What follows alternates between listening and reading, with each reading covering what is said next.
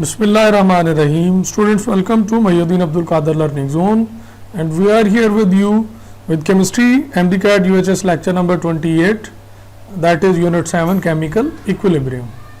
Students, इस lecture में हम ionic product of water, ionization constants of acids and bases, buffers और KSP के टॉपिक को कवर करेंगे और इनके रिलेटेड हर टॉपिक के अंदर MCQs आपको बहुत ज़्यादा हेल्प करेंगे to understand the ideas about these topics. तो स्टूडेंट्स, हम स्टार्ट करते हैं with ionic product of water से. If we have water H2O, it ionize H positive and OH negative. Students, इसके लिए Kc वैल्यू लिखते हैं. Kc is product by reactant.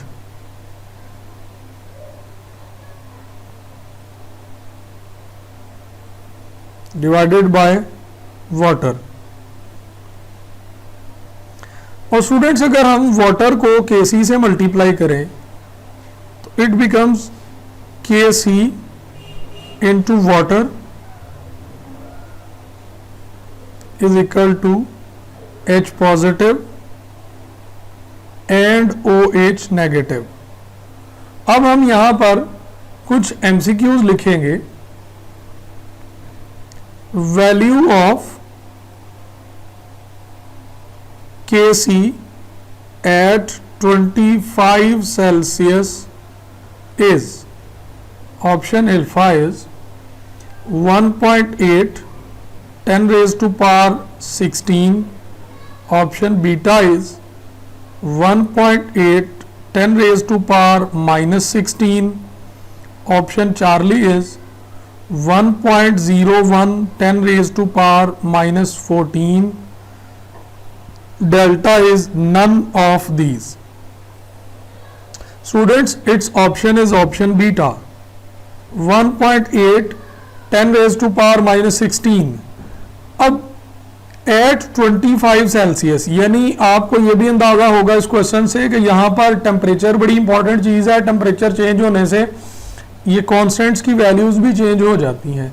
These are temperature dependent constants. Students, ये जो value Charlie है 1.01 10 raise to power minus 14, ये KW की value है, ये KC की वैल्यू नहीं है. इसके लिए हम अभी डिस्कस करते हैं कि KW की वैल्यू क्या है और वो कैसे आएगी. KW is equal to 1.01 10 raise to power minus 14 at 25 Celsius. ये 25 सेल्सियस पे वैल्यू है स्टूडेंट्स. अब यहां पर एक और MCQ लिखते हैं. What is molarity of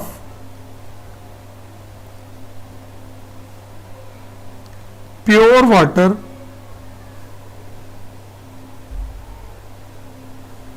that is 1 dm cube? Option is 5.5 beta. It is 55.5. Charlie is 6.6 and delta is 66.6 molar. ये मोलैरिटी के लिए क्वेश्चन है. स्टूडेंट्स, 1 dm क्यूब कितना होगा? इट इज 1000 cm क्यूब और इसको 1000 ml भी लिखा जाता है. Students, ml and grams are equal for water, are equal for water. अब इसकी क्या वजह है, बाकियों के लिए इक्वल क्यों नहीं होता और यहां पे इक्वल क्यों है?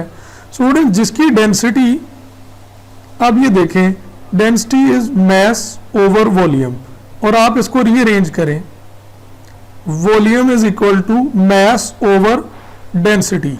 स्टूडेंट्स, मैस 1 ग्राम हो और किसी की डेंसिटी भी 1 हो तो फिर वॉल्यूम भी कितना हो गया? 1 cm क्यूब या 1 ml.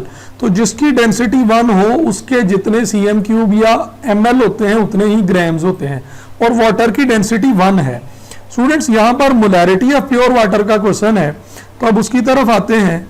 1000 ml मीन 1000 ग्राम्स, और मैस ओवर मोलर मैस कर दें, वाटर का मोलर मैस कितना है 18, it becomes 55.5 mole per DM cube, क्योंकि ये 1 डीएम क्यूब से लिया गया है। So our best option is option beta. तो ये वाटर की मोलैरिटी हो गई। तो स्टूडेंट्स ये जो ऊपर इक्वेशन लिखी है केसी इंटू वाटर, केसी की वैल्यू को वाटर के साथ अगर हम मल्टीप्लाई कर दें, यहां पे केसी की वैल्यू 1.8 10⁻⁻16 इंटू 55.5, और इसको सॉल्व करने से 1.01 10⁻⁻14 मिलेगा, and that is value for KW ionic product of water. Again temperature mention करते हैं एट 25 सेल्सियस या 298 केल्विन्स। मोस्टली हम 25 सेल्सियस मेंशन करेंगे, केल्विन्स में भी लिखा जा सकता है। तो स्टूडेंट्स इसके लिए कुछ हिंट लिखते हैं।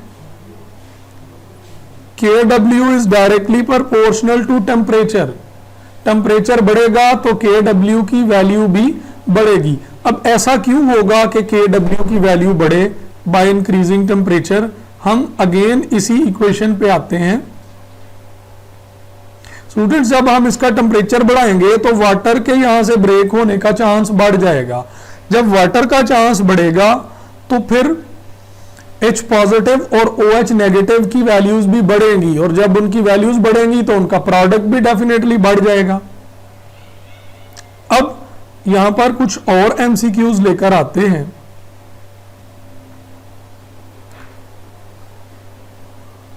What are units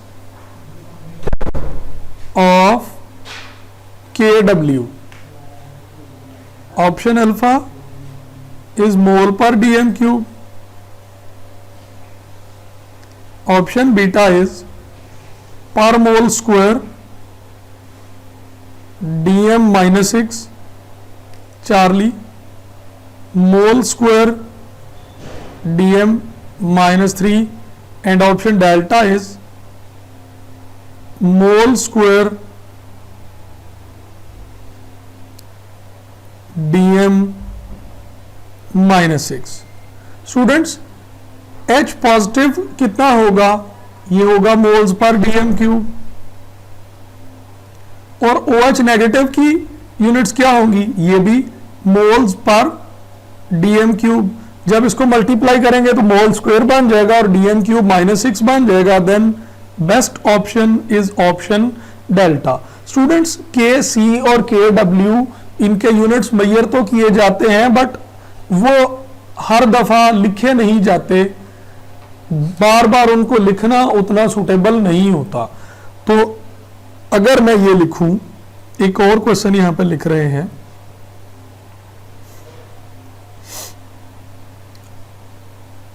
as temperature increase value of KW increase, then PKW, option alpha increase, beta decrease, Charlie no change। Students जो KW है उसका नेगेटिव लॉग ले लें तो वो PKW बन जाता है।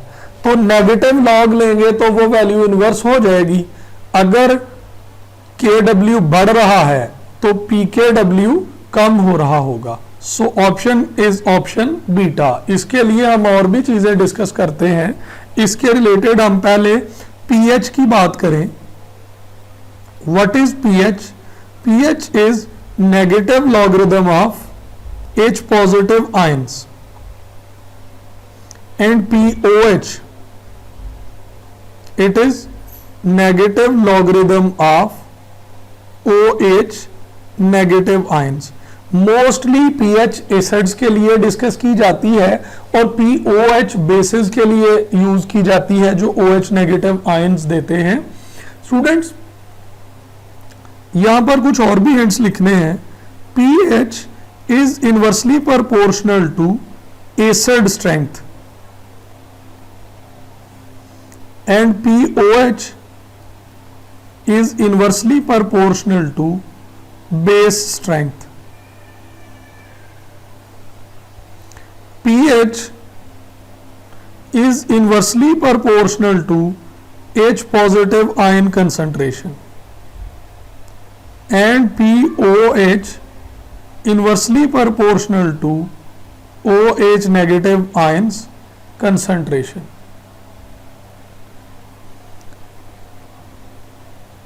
फिर कुछ और भी लिखूं वो ये कि pH is temperature dependent for weak acids और POH definitely for weak bases but independent of temperature for strong acids. strong acid के लिए pH डिपेंडेंट नहीं है। उसकी क्या वजह है? जो वीक एसिड होते हैं टेम्परेचर बढ़ने से उनकी डिसोसिएशन बढ़ती है, H पॉजिटिव आयन कंसंट्रेशन बढ़ रही होती है। जब H पॉजिटिव आयन चेंज होंगे तो डेफिनेटली फिर pH वैल्यू भी चेंज होगी। लेकिन जो स्ट्रॉन्ग एसिड होते हैं वो 100% पहले ही डिसोसिएट कर चुके होते हैं, टेम्परेचर बढ़ने से उनमें फर्दर H पॉजिटिव आयन पैदा नहीं होते। सो वहां पर टेम्परेचर डिपेंडेंस ऑब्जर्व नहीं की जाती। अब इसके रिलेटेड हम क्वेश्चन भी लिखते हैं। स्टूडेंट्स 0 से 7 और 7 से 14, स्टूडेंट्स यहां पे काम करते रहें। 6 5 4 3 2 1 एंड 0, 7 8 9 10 11 12 13 एंड फाइनली 14। 0 से 7 से कम और 0 तक ये एसिडिक है और 14 से कम 7 to 14 ये स्टूडेंट्स ये बेसिक है। और हमने लिखा कि pH कम होने से एसिड स्ट्रांग होता है, pH ज्यादा होने से बेस स्ट्रांग होता है और POH कम होने से बेस स्ट्रांग होता है और POH ज्यादा होने से बेस वीक हो जाता है। तो ये इनवर्स रिलेशन के साथ हमने लिख दिया है। अब इसके रिलेटेड MCQ लेके आते हैं। pH values of A, B, C acids are 2, 3 and 5 respectively. Which is strongest acid? Which is strongest acid? Option alpha it is A, option beta it is B, option Charlie it is C, option delta it is all same. Students यहां पर फिर देखें जिसकी pH value कम होती है उसकी acid strength ज्यादा होती है, तो सबसे कम pH A के लिए है तो स्ट्रॉन्गेस्ट एसिड A होगा। अब एक और क्वेश्चन हम लिखते हैं। Acid A its pH is equal to 2 and acid B its pH value is equals to 5। अब इनके लिए कौन सी स्टेटमेंट करेक्ट है? Option alpha A is 3x यानी 3 times strong, 3 times stronger beta. A is 3 times weaker. Charlie option, A is 1000 times stronger, and option delta, A is 1000 times weaker. Students पहली बात ये फैसला कर लें ए स्ट्रांग है कि वीक है। ए की पीएच कम है तो ए स्ट्रांग है। अब कितना स्ट्रांग है स्टूडेंट्स, मैं यहां पर एक आइडिया आपको दे दूं कि डिफरेंस ऑफ पीएच पूछा जाए, डिफरेंस ऑफ पीओएच पूछा जाए, कुछ टर्म्स आगे आएंगी, डिफरेंस ऑफ के ए पूछा जाए, डिफरेंस ऑफ के बी हो, डिफरेंस ऑफ पी के ए हो, या डिफरेंस ऑफ पी के बी हो। इसके रेलिवेंट क्वेश्चन आपको आगे करवाए जाएंगे, लेकिन यहां पर ये आइडिया कॉमन है। ये जो डिफरेंस होता है ना, इसको हमने 10 की पावर बना देना होता है। तो आप देखें कि pH2 और pH5 इसमें कितनी डिफरेंस है, इसमें 3 की डिफरेंस है। 10 की पावर 3, और 10 की पावर 3 का क्या मतलब होता है, 1000 टाइम। अब स्ट्रॉन्गर या वीकर आप खुद फैसला करेंगे कि pH ज्यादा है या कम है। तो A स्ट्रॉन्गर था तो कितने गुना स्ट्रॉन्गर होगा, 1000 टाइम, क्योंकि हम ये 10 की पावर में लेते हैं इसलिए ये 1000 टाइम स्ट्रॉन्गर देन B होगा।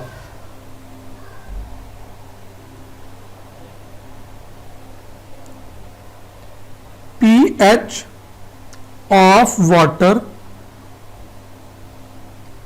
at 25 Celsius is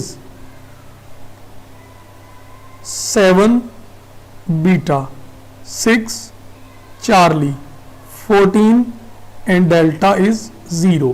students pure water में KW H पॉजिटिव होगा, OH नेगेटिव होंगे। H पॉजिटिव भी 10⁻⁻⁷ है, OH नेगेटिव भी 10⁻⁻⁷ है। तो जब आप pH लेते हैं तो आप negative log of H positive लेते हैं, that is 10⁻⁷, and pH value at 25 Celsius for water is 7।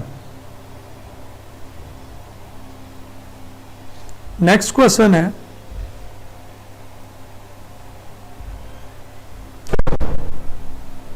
pH value of water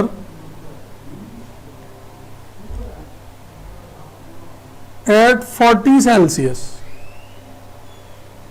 it is 7 greater than pH, beta 7 less than pH, Charlie 7 equal to pH,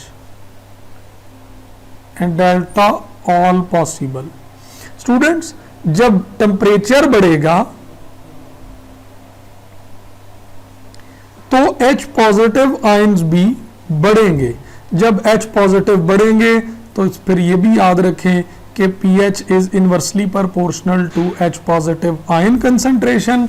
H positive ion बढ़ेंगे तो pH कम होगी। तो 25 पे ये pH equal to 7 थी, अब ये pH less than 7 होगी। pH is less than 7, option is option alpha. अब ये कैसे, अब ये भी आइडिया देखें कि if you have water and it decompose into H positive, dissociate into H positive and OH negative, and at 25 Celsius it is 10⁻⁻⁷, 10⁻⁻⁷।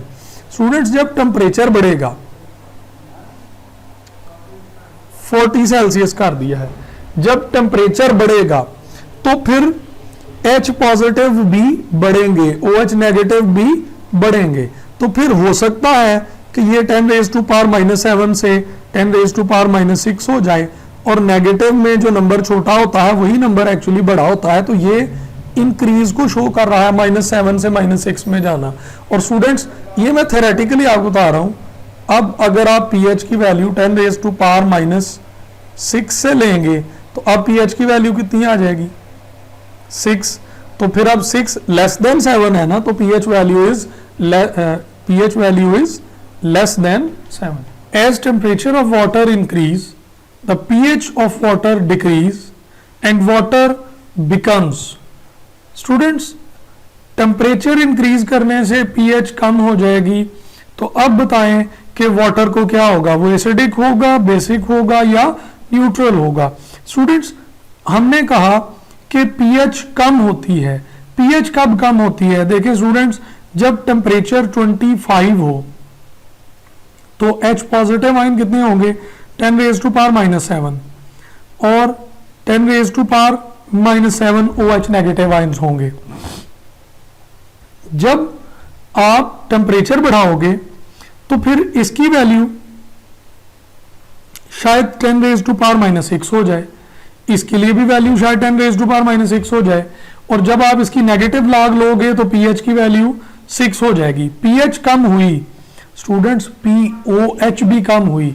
आप यूं समझें कि आपके पास एक सोल्यूशन है, आप उसमें 1 मोलर एसिड डाल दें, उसमें H पॉजिटिव आयन बढ़ गए, और आप उसमें 1 मोलर NaOH बेस भी डाल दें, एसिड भी डाल दें और बेस भी डाल दें, तो एसिड और बेस तो दोनों न्यूट्रलाइज हो जाएंगे।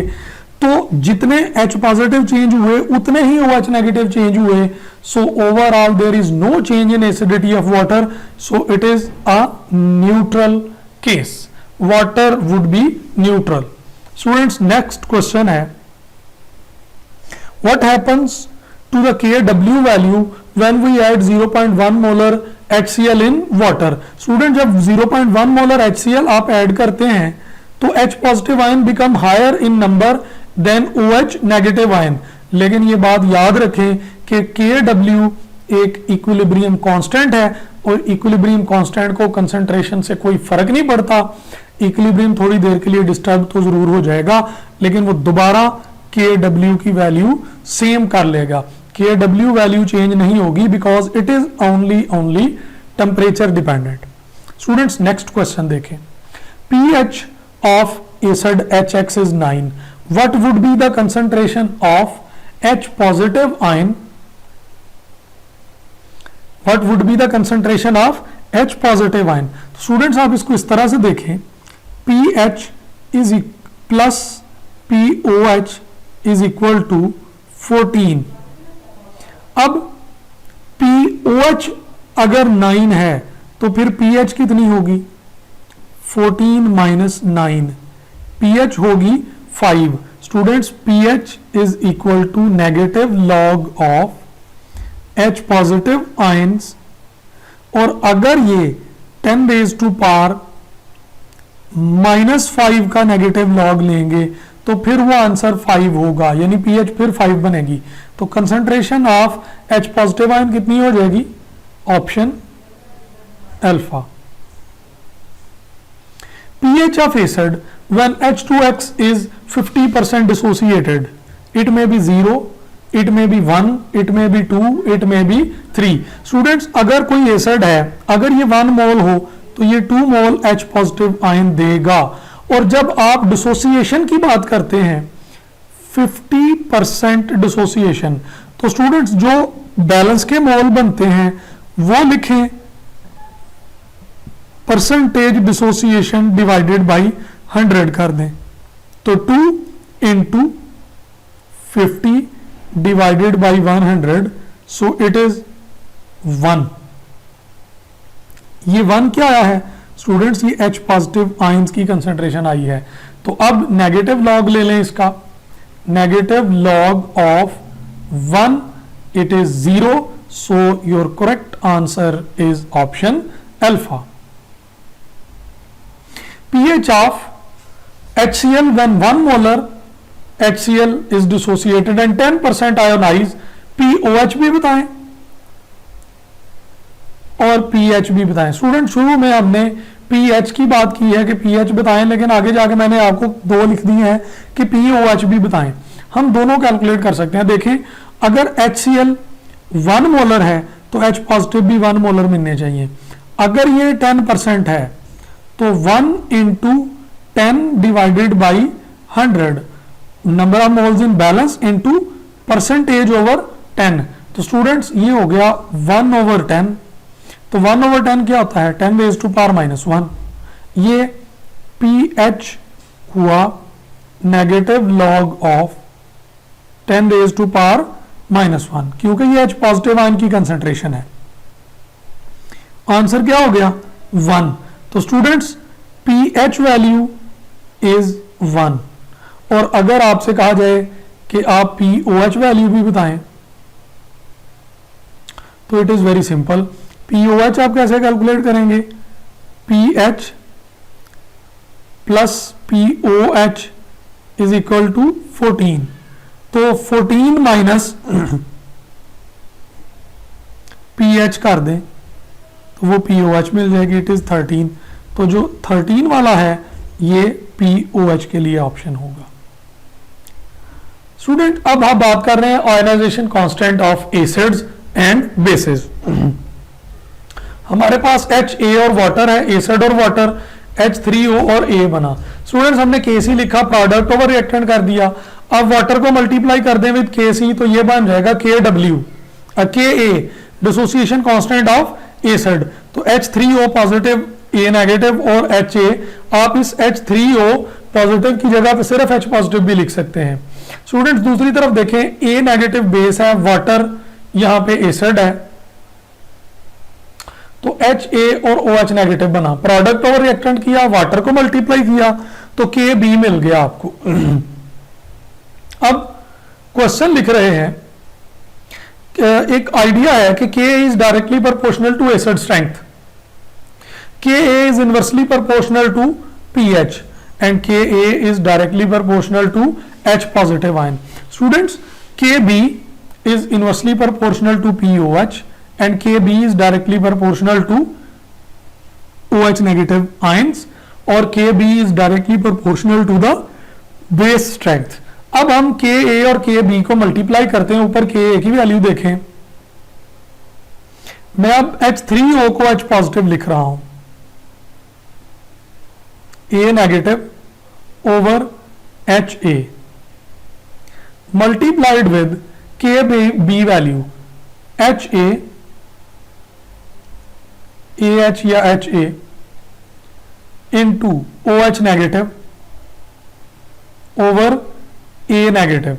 तो स्टूडेंट्स यहां पर HA भी कैंसिल हो गया, यहां पर A नेगेटिव भी कैंसिल हो गया, H पॉजिटिव और OH नेगेटिव बचे, तो KW Ka into KB is equal to H positive and OH negative, और आप इन दोनों को मल्टीप्लाई करेंगे तो ये KW की वैल्यू के इक्वल होंगे एट 25। स्टूडेंट्स हमने यहां पर लिखा हुआ है कि H पॉजिटिव और वाटर ये इक्वल होता है H3O पॉजिटिव के, तो आप देखें यहां पर हमने H3O की जगह H पॉजिटिव ऊपर वाली इक्वेशन में लिखा हुआ है।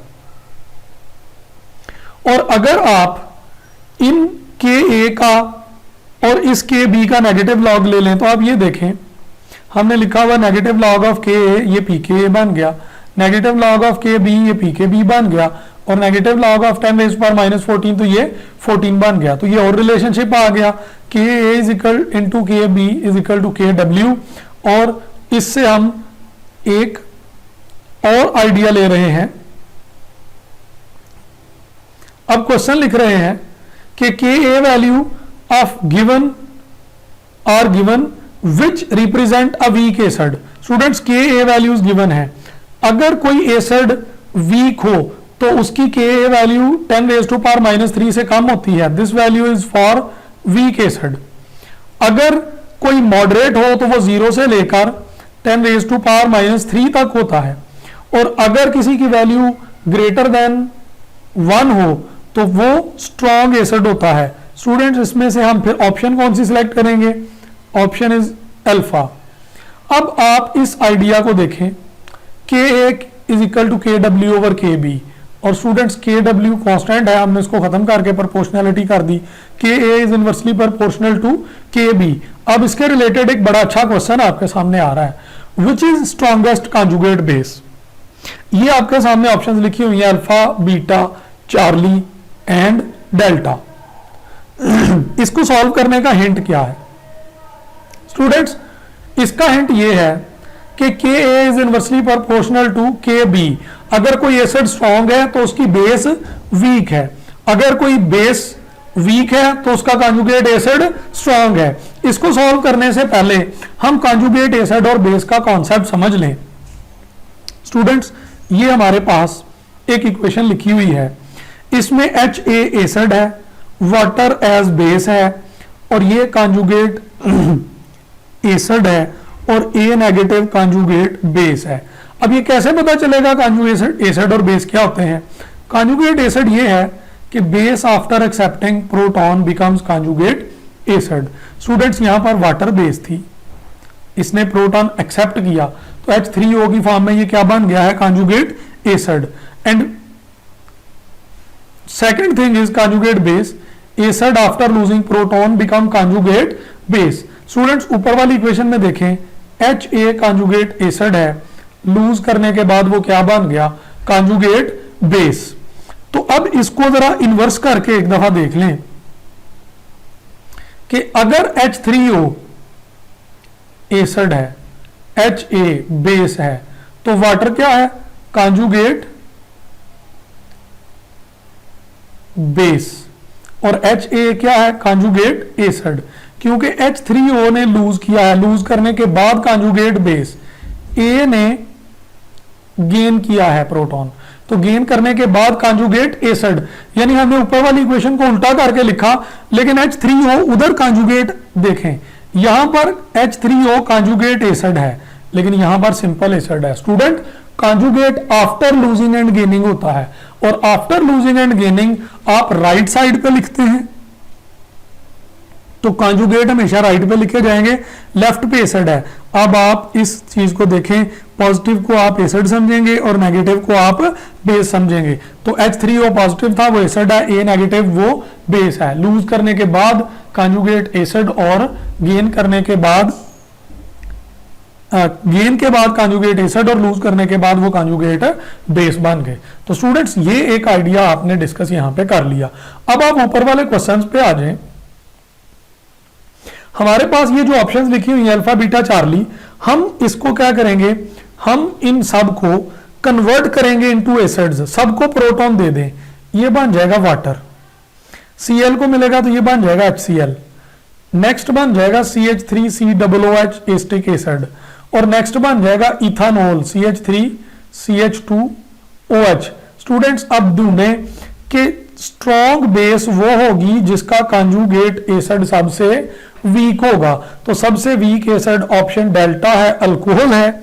स्टूडेंट्स, सबसे स्ट्रॉन्ग एसिड वाटर है, सॉरी HCl है, उसके बाद चार्ली है, उसके बाद वाटर है, और सबसे वीक एसिड डेल्टा है। जो एसिड सबसे वीक होगा उसकी कॉन्जुगेट बेस सबसे स्ट्रॉन्ग होगी। सो हमारी ऑप्शन क्या हुई? डेल्टा। अब हम यहां पर ये दो चीजें देखें, मैंने एसिड स्ट्रेंथ का ऑर्डर लिखा हुआ है, HCl एस्टिक एसिड, वाटर और अल्कोहल, ये डिक्रीजिंग ऑर्डर है, और बाद में मैंने कॉन्जुगेट बेस की स्ट्रेंथ का इंक्रीजिंग ऑर्डर लिखा हुआ है, HCl एस्टिक एसिड की acetate, OH negative and ethoxide. तो ये इनके ऑर्डर लिखे हुए हैं स्टूडेंट्स। अब यहां से एक आइडिया और भी समझें। यहां पर आप देखें HCl और वाटर, यहां पर HCl एसिड है और वाटर बेस है, और दूसरी इक्वेशन में आप देखें कि वाटर लूज कर रहा है तो एसिड है, अमोनिया गेन कर रहा है तो बेस है। तो यहां से एम्फोटेरिक का आइडिया डेवलप हो रहा है।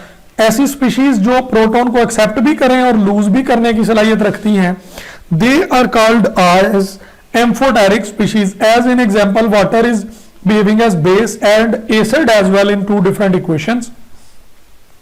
तो वाटर एम्फोटेरिक है। तो which of the following species are amphoteric? Water, ammonia, acetate, bisulphate, H2PO4-1, HPO4-2. Students, answer is all of these.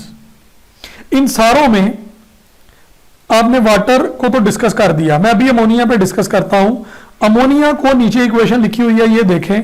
Ammonia में स्ट्रॉन्ग बेस डाली जाए तो अमोनिया प्रोटॉन लूज करके NH2 नेगेटिव बना देती है, तो यहां पर अमोनिया बिहेव करेगी एज एसिड और OH एज बेस। तो स्टूडेंट्स अमोनिया जब वाटर के साथ ट्रीट करें NH3 प्लस H2O, तो यहां पर अमोनिया प्रोटॉन एक्सेप्ट कर लेगी और OH नेगेटिव। तो अमोनिया एसिड के तौर पर भी बिहेव करती है और बेस के तौर पे भी बिहेव करती है। तो option is all of these, इन सब में H पॉजिटिव मौजूद है तो ये लूज कर सकते हैं। और नेगेटिव चार्ज जब आता है तो वो बेस तो उसको बना ही सकता है, यानी एक्सेप्ट करने की सलाहियत वहां पर मौजूद होगी। नेक्स्ट एक क्वेश्चन आ रहा है Ka of 0.1 molar acetic acid is 10 raised to power -5, what is pH of this acid. और आप इसके लिए दूसरा क्वेश्चन ये लिख लें कि H पॉजिटिव आयन कंसंट्रेशन भी बताएं। ऑप्शंस गिवन है स्टूडेंट्स, A-X, B-X, X और X ये प्रोडक्ट होते हैं। अब आप Kc इक्वेशन लिखें, ये क्या होगी, एसीटेट और water ion X into X divided by, अगर आप Ka लिखें तो फिर आपको वाटर नहीं लिखना पड़ेगा, आप सीधा एसीटेट लिख देंगे A-X। स्टूडेंट्स A-X ये एसिड एक वीक एसिड है। जो वीक एसिड होते हैं वो बहुत कम डिसोसिएट होते हैं। इसका मतलब है कि A-X उतना ही होगा जितना इक्वेशन में गिवन है। लाइक Ka की वैल्यू कितनी है, 10 raised to power -5 है और X इंटू X और A-X की वैल्यू 0.1, क्योंकि हम डिसोसिएशन को इग्नोर कर देंगे फॉर वीक एसिड। इनको मल्टीप्लाई करेंगे 0.1 इंटू 10 raised to power -5, तो ये बन जाएगा 10 raised to power -6 into x square. Students अब आप इसको स्क्वायर रूट ले लें तो x की वैल्यू कितनी आ गई, 10 raised to power -3। Students X H3O भी है और X एसीटेट भी है, यानी ये जो वैल्यू आई है ये H पॉजिटिव की वैल्यू आई है। तो इस क्वेश्चन में आपसे पूछा गया था H पॉजिटिव की वैल्यू, तो वो आपको मिल गई 10 raised to power -3। और दूसरा क्या मेजर करना था, pH ऑफ एसिड। आप इसका नेगेटिव लॉग ले लें, negative log of 10 raised to power -3, then it is 3 and option is option alpha. Next question है what is the pH of 1 molar ammonium hydroxide when Kb value is given. हमने इसकी pH measure करनी है। Students इसको देखें, A-X, X और X, Kb क्या होगी, ये होगी प्रोडक्ट ओवर रिएक्टेंट। A-X ये वीक एसिड है, वीक बेस है, इसकी डिसोसिएशन बहुत कम है, तो A-X is equal to its actual value that is 1 molar. तो Kb की वैल्यू कितनी गिवन है, 10 raised to power -6 into 1 is equal to x square. तो स्टूडेंट्स x की वैल्यू यहां पर कितनी आ रही है, x की वैल्यू आ गई 10 raised to power -3, दोनों तरफ आप अंडर रूट कर देना। तो स्टूडेंट्स OH नेगेटिव X है, ये वैल्यू किसकी है, OH नेगेटिव की। अब आपको चाहिए क्या, आपको चाहिए POH। POH is equal to negative log of 10 raised to power -3, answer is 3। Students हमने pH मेजर करनी है, pH इज इक्वल टू 14 - 3, तो अब क्या बन जाएगा, अब ये बन जाएगा 11। So our correct option is option 11। हमारा नेक्स्ट क्वेश्चन है Kb value for a base B is 3, Kb value for a base C is 5। अब ऑप्शंस हैं, इसमें से बताएं कि कौन सा करेक्ट है। B is 2 time weak, B is 2 time strong, B is 100 time strong and B is 100 time weak. Student सबसे पहले अब ये देखें कि वीक और स्ट्रॉन्ग कौन है। Kb is directly proportional to acid base strength, Kb is directly proportional to base strength। तो फिर जिसकी Kb वैल्यू ज्यादा है वो स्ट्रांग है, इसका मतलब है B वाला कौन सा है, ये वीक है। कितने गुना वीक है, उसको 10 की पावर बना दे, डिफरेंस को, डिफरेंस 2 है, तो 100 time weak. Students option is option beta.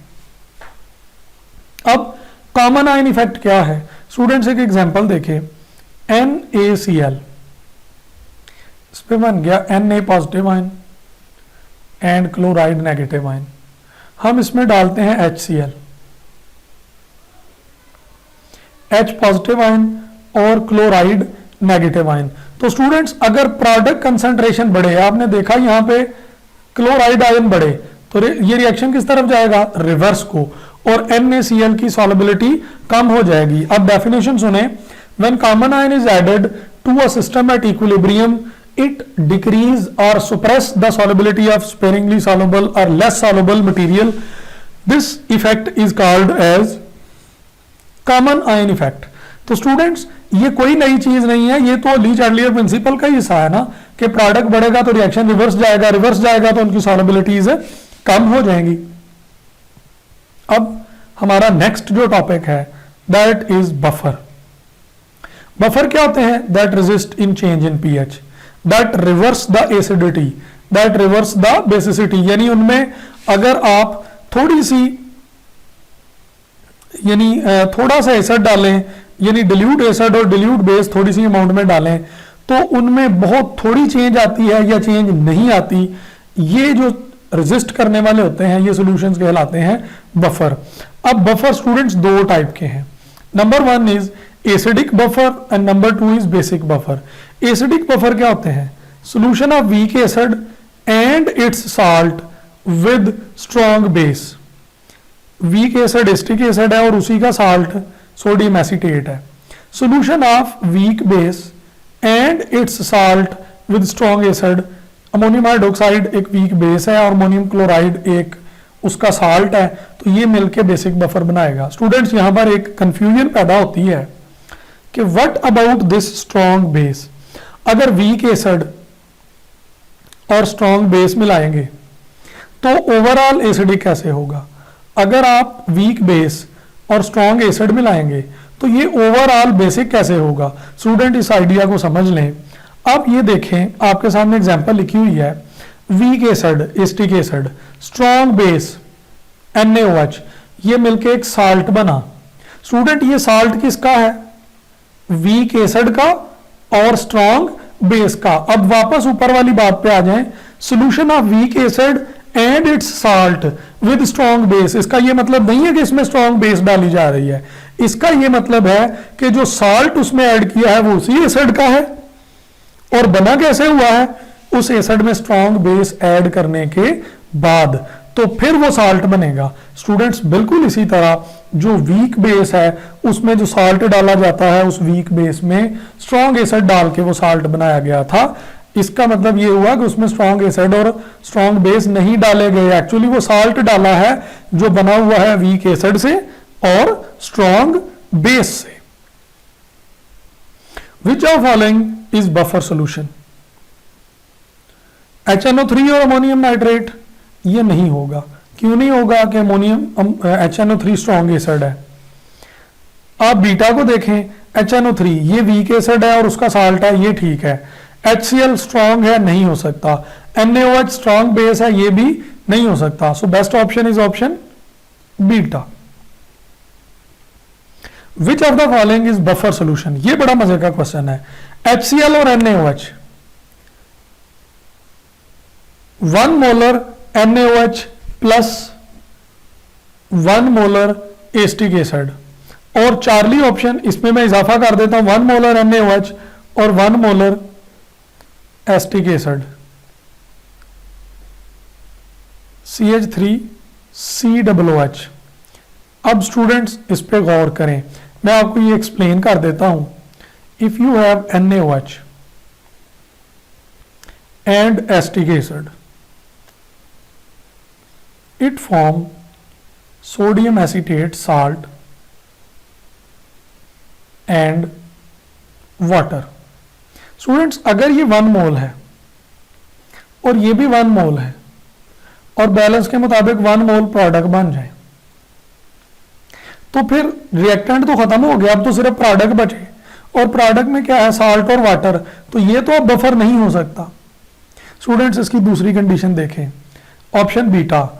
अगर बेस 0.1 मोल हो, 0.1 मोलर और एसिड 1 मोलर हो तो स्टूडेंट्स बेस यहाँ पे लिमिटिंग रिएक्टेंट है, 0.1 मोलर बेस यूज होगी, 0.1 मोलर एसिड यूज होगा, तो साल्ट कितना बनेगा 0.1 मोलर और 0.1 मोलर वाटर। स्टूडेंट्स अब बेस बिल्कुल खत्म हो जाएगी, लेकिन एसिड अब भी 0.9 मोलर बचा होगा। एसिड भी मौजूद है, साल्ट भी मौजूद है और वाटर भी मौजूद है, तो एसिड और उसी का साल्ट मौजूद है, तो ये बफर होगा। So option is option beta. Students अब क्वेश्चन है strongest base is, options are given. Students ये अगेन कॉन्जुगेट एसिड बेस से रिलेटेड है, यहां पर कॉन्जुगेट बेस नहीं कहा, सिर्फ बेस कहा तो कोई मसला नहीं, कॉन्जुगेट भी तो बेस ही होती है। स्टूडेंट्स इनका हल ये है कि आप इन सबको एसिड्स में कन्वर्ट कर दें, ClO4 HClO3 HClO2 और HClO। स्टूडेंट जो वीक एसिड होगा उसकी कॉन्जुगेट बेस सबसे स्ट्रांग होगी, और इस तरह की क्वेश्चंस में मैं आपको हिंट दे देता हूं कि acid strength is directly proportional to positive oxidation number। Students यहां पर हम ऑक्सीडेशन नंबर की बात करते हैं, क्लोरीन +7 है, +5 है, +3 है और +1 है। स्टूडेंट्स अगर डेल्टा ऑप्शन में ऑक्सीडेशन नंबर +1 है तो वो वीक एसिड है, तो उसकी कॉन्जुगेट बेस सबसे स्ट्रांग हो गई। सो option is option delta. Buffer is prepared by mixing 0.1 molar acetic acid and 0.5 molar sodium acetate. इसके लिए कौन सा रिलेशनशिप सही है? स्टूडेंट्स ये फैसला कहां से होगा? ये फैसला होगा हेंडरसन्स इक्वेशन से। pH is equal to pKa plus log of salt over acid concentration. Students अगर साल्ट ज्यादा होगा तो pH भी ज्यादा होगी, यहां पर हमें ये डायरेक्ट रिलेशनशिप इसका नजर आ रहा है। अब आप ये देखें कि यहां पर साल्ट कितना है 0.5 और एसिड कितना है 0.1। साल्ट ज्यादा तो pH ज्यादा, सो कौन सी ऑप्शन ठीक होगी students? Option Charlie, pH is greater than pKa। Students अगर साल्ट ज्यादा हो एसिड से तो फिर pH ज्यादा होती है pKa से। अगर साल्ट कम हो एसिड कंसंट्रेशन से तो फिर pH कम होती है pKa से, और अगर साल्ट इक्वल हो A के तो फिर pH इक्वल होती है pKa के। स्टूडेंट्स अगर साल्ट भी 10 है, A भी 10 है, 10/10 1, तो log 1 0, pKa is equal to pH। Next question पे आ जाए। pKa is 4, salt is 1 molar and acid A is 0.1 molar. pOH of buffer बताएं। स्टूडेंट्स pH क्या होगी? pKa plus log of salt over acid. pKa value is given, it is 4 plus concentration of salt कितनी है? It is 1 और concentration of acid कितनी है? It is 0.1। तो students ये 10 मान रहा है, log 10 क्या होता है? log 10 ये 1 होता है, तो 4 + 1 ये क्या हो गया 5, और ये क्या मेजर किया हमने? pH। लेकिन हमसे pH नहीं पूछी गई, हमसे क्या पूछी गई? pOH। तो स्टूडेंट्स pOH क्या होगी? 14 - 5, तो 14 - 5 is 9। Option is option delta. Next question है pKb value of a buffer is given. Salt is 0.1 molar, 0.1 molar and base is 1 molar. What is pOH and what is pOH? Options are given। ये base है तो directly pOH major होगी क्योंकि pKb given है। pKb is log of salt over base। Students pKb value is 6 और log of salt कितना है, salt 0.01 है और बेस 1 है, तो ये 0.01 क्या होता है, 10 raise to power -2, 6 plus log of 10 raise to power -2, तो ये हो गया 6 -2, आंसर इज 4। तो ये क्या मेजर किया, POH, तो POH की वैल्यू कितनी आ गई 4 और pH की वैल्यू कितनी होगी 14 minus pH 4, its value is 10। तो option alpha is for pH and option beta is for POH। Which buffer is best in terms of buffer capacity. Students buffer capacity क्या होती है, capacity of a buffer to resist the change in pH when acid and base is added. अगर ज्यादा acid और base add कर दिया जाएगा तो बफर के साथ क्या होगा। स्टूडेंट्स बफर कैपेसिटी को आप दो तरह से डिस्कस करते हैं। बफर कैपेसिटी गुड कब होगी, यानी गुड बफर कब होगा। नंबर 1 कंसंट्रेशन हाई हो एंड सेकंड कंसंट्रेशन इक्वल हो। स्टूडेंट्स यहां पर आप देखें अल्फा में 0.1 और 1 मोलर, बीटा में 0.1 और 1 मोलर, चार्ली में 3 मोलर और 3 molar. So best option is option charlie, उसमें कंसंट्रेशन इक्वल भी हैं और उसमें कंसंट्रेशन हायर भी हैं। सॉल्युबिलिटी प्रोडक्ट कांस्टेंट, इसको KSP कहते हैं। It is ionic product constant being raised to their power in the equation is called as KSP। Students KSP is discussed before. इन चारों में से लिए किसके लिए KSP कैलकुलेट करना ठीक है और किसके लिए कैलकुलेट करना गलत है। NaCl हाईली सॉल्युबल है, इसका KSP नहीं आता। KOH हाईली सॉल्युबल है। CuSO4 ये साल्ट है, ये भी काफी ज्यादा सॉल्युबल है। BSO4 की सॉल्युबिलिटी इंतहाई कम है। स्टूडेंट्स जिसकी सॉल्युबिलिटी बहुत कम होगी ये सिर्फ उसके लिए डिस्कस किया जाता है। KSP for less soluble species, और जिसकी सॉल्युबिलिटी ज्यादा हो उसके लिए KSP सॉल्व नहीं किया जाता। What is the relationship of KSP for AlCl3। Students इसको हम सॉल्व करते हैं। AlCl3 aluminium positive plus 3 chloride negative. अगर ये S है, ये S है और इसकी सॉल्युबिलिटी 3S होगी। तो स्टूडेंट्स KSP क्या होता है, product of ionic concentrations. Chloride negative उसकी पावर 3। स्टूडेंट्स ये जो क्लोराइड नेगेटिव है उसकी पावर 3 है।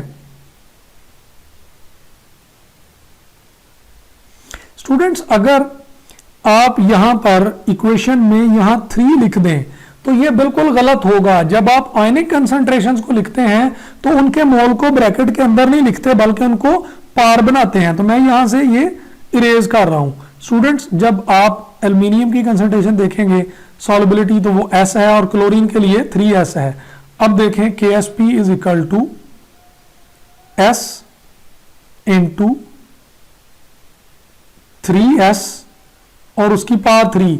स्टूडेंट्स जब सॉल्युबिलिटी लिखते हैं तो सॉल्युबिलिटी को उसके जो मोल होते हैं उनको साथ लिखा जाता है इक्वेशन में। अब 3 का क्यूब क्या हो गया 27 और S से मल्टीप्लाई किया तो KSP is 27S 4 time. So correct option is option beta.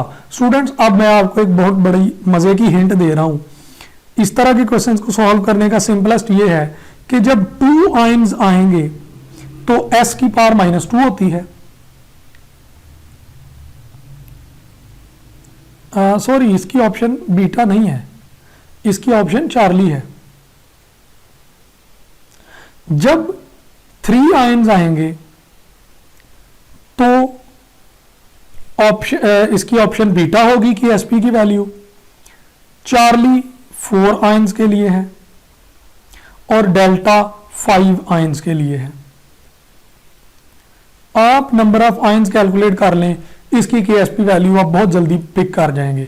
Students मैं कुछ एग्जांपल आपको बताता हूं, लाइक AgCl, इसके कितने आयंस होंगे? इसके 2 आयंस होंगे,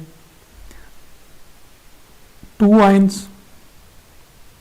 CaF2, इसके कितने आयंस होंगे? 3 आयंस। AlF3, इसके कितने होंगे? 4 आयंस। और Al2SO4 थ्राइस, इसके कितने आयन होंगे? 5 आयंस।